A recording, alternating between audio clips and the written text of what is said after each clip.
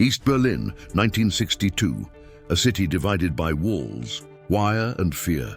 At night, shadows move silently through cobblestone alleys, while behind closed curtains, whispers of betrayal decided the fate of nations. And then, one cold morning, a body was found floating in the Land Canal, just a few hundred meters from Checkpoint Charlie.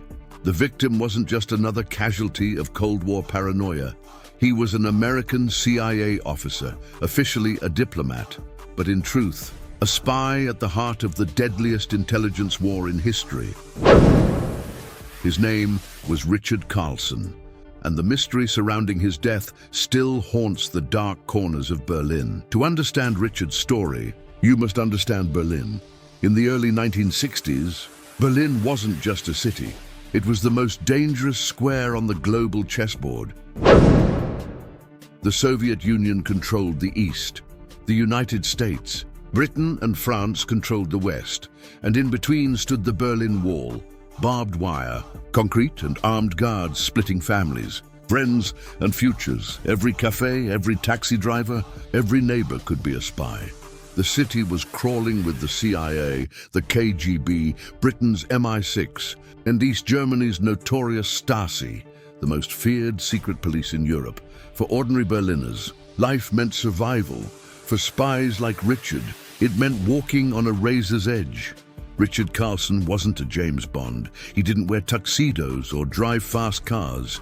He was a quiet, methodical man in his early 30s, recruited into the CIA after serving in the U.S. Army's intelligence branch. Colleagues later described him as meticulous, intelligent, and almost invisible.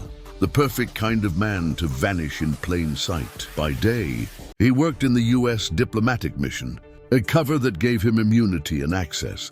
By night, he operated in the shadows, meeting informants, exchanging coded messages, running East German defectors across borders. Berlin was a city of double lives, and Richard had mastered his. The CIA had one obsession in Berlin: information. How many Soviet tanks were stationed near the wall? What missile systems were being developed? Who inside East Germany was willing to betray the regime? Richard's assignments often involved cultivating contacts within the East German elite, scientists, soldiers, even disillusioned party members. But the game was dangerous. The Stasi under Markus Wolf, the man without a face, was watching everything. One mistake could mean a prison cell in East Berlin, or worse, a body in the canal. In late November 1962, Richard was handed a mission that could change the Cold War. A high-ranking East German scientist had reportedly contacted the West. He claimed to have documents on Soviet missile systems, information that could give Washington an advantage after the Cuban Missile Crisis had brought the world to the brink of nuclear war. Just weeks earlier, Richard was chosen for the extraction. It was supposed to be routine: meet the contact in a safe house cafe near Friedrichstrasse, verify the intel, and arrange his passage to the West. But that night, something went terribly wrong. On November 28th, Richard signed out of the U.S. mission office at 8:45 p.m. He told colleagues he was meeting a diplomatic contact. A waiter later recalled seeing him in a dimly lit cafe, drinking black coffee, scanning the room nervously. At around 11:30 p.m., he left with a man in a gray overcoat. That was the last confirmed sighting. For 2 days, Richard vanished into the black hole of East Berlin.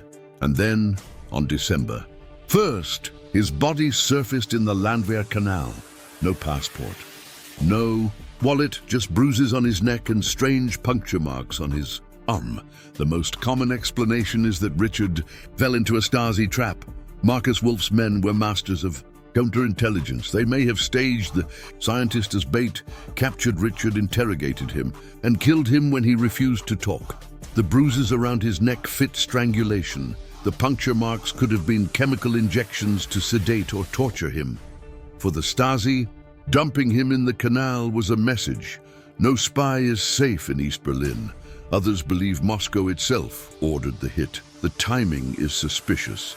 Just weeks after the Cuban Missile Crisis, when Washington and Moscow had barely avoided nuclear war. By eliminating a CIA officer in Berlin, the KGB may have been sending a signal: stay out of our backyard. Push again, and we'll push harder. Some even claim KGB chief Yuri Andropov personally approved the operation. The most chilling theory is betrayal from within. Berlin in the 1960s was crawling with double agents, men who smiled at CIA briefings during the day, then reported everything to the Stasi at night. Could Richard's own colleagues have handed him over? One declassified memo hints that someone inside the US mission knew of his meeting that night. If true, Richard's death wasn't just a tragedy, it was a warning. Trust no one. A few skeptics in Washington floated another idea. Maybe it wasn't murder at all. Maybe Richard drowned after a night of drinking. Maybe he was depressed, overwhelmed by the stress of double life, and ended it himself. But few believe this. His bruises, his missing ID, the puncture marks, none of it matches a simple accident. This was no suicide. This was a message the CIA quietly classified. Richard's death as unresolved. His body was flown back to the United States under a flag-draped coffin, but without honors, without recognition to the world. He was just another diplomat who died abroad, but in the shadows of Langley, his case remained a scar. His widow was told nothing. His colleagues were ordered silent. And in East Berlin, whispers of the American spy's death spread fear through every informant network. The message was clear. If Richard Carlson could be silenced, anyone could. Richard's death became part of a larger pattern. Throughout the 1960s, dozens of spies on both sides vanished, were found dead, or were exposed as double agents. Berlin was the epicenter of this silent war. For some historians, Richard's mysterious end symbolized the danger of espionage. Not every spy dies a hero. Not every mission ends with triumph. Most end in shadows, betrayal, and silence. So here's the question: who killed Richard Carlson? Was it the Stasi, eliminating an American agent in their city? Was it the KGB, sending a Cold War warning straight to Washington? Or was it someone closer, a traitor inside the CIA who sold him out for rubles? We may never know the truth. His file remains redacted, his death unresolved. But in Berlin, the city of spies, Richard Carlson's body in the canal remains a symbol of the Cold War's darkest secrets. If you found this story chilling, imagine how many more secrets lie buried in the alleys of Berlin. Tell me in the comments, do you think Richard was killed by the Stasi, silenced by the KGB, or betrayed by his own?